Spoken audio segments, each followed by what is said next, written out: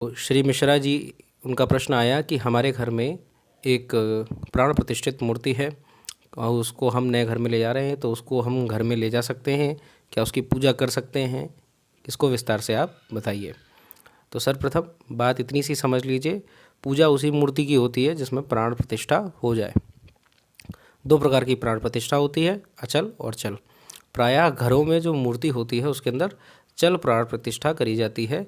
तात्पर्य ये होता है कि भगवान उस स्थान से जा भी सकते हैं, आ भी सकते हैं, उनको ले जाया भी जा सकता है, ऐसी कोई रोक टोक नहीं होती। वो स्थान जो है छोड़कर आप दूसरा घर ले लें, किराए पर हैं, तो उसमें भी कोई दिक्कत नहीं है। भगवान को पहले प्रवेश कराएं, उसके पीछे पीछे आप भी चल जाएं।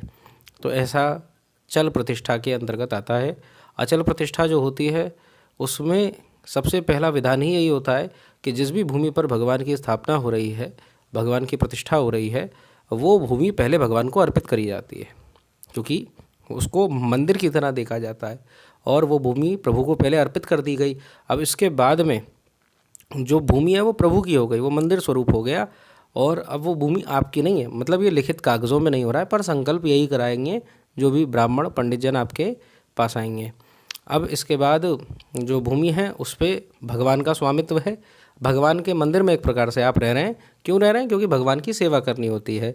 ऐसा कानून भी मानता है, शास्त्रों में भी है कि भगवान जो मूर्ति है वो 3 वर्ष के बालक की तरह होती है। उसकी सेवा जैसे बालक की सेवा करनी होती है, वैसे ही मूर्ति की सेवा भी करनी पड़ती है। तो इसीलिए सेवायत के भाव से फिर आप रहेंगे। दोनों ही पद्धतियों में आप घर पे कर सकते हैं, कोई ऐसी समस्या नहीं है। बस ये है कि विधि विधान का थोड़ा सा ध्यान रखा जाए और कुशल ब्राह्मण द्वारा इस कार्य को कराया जाए।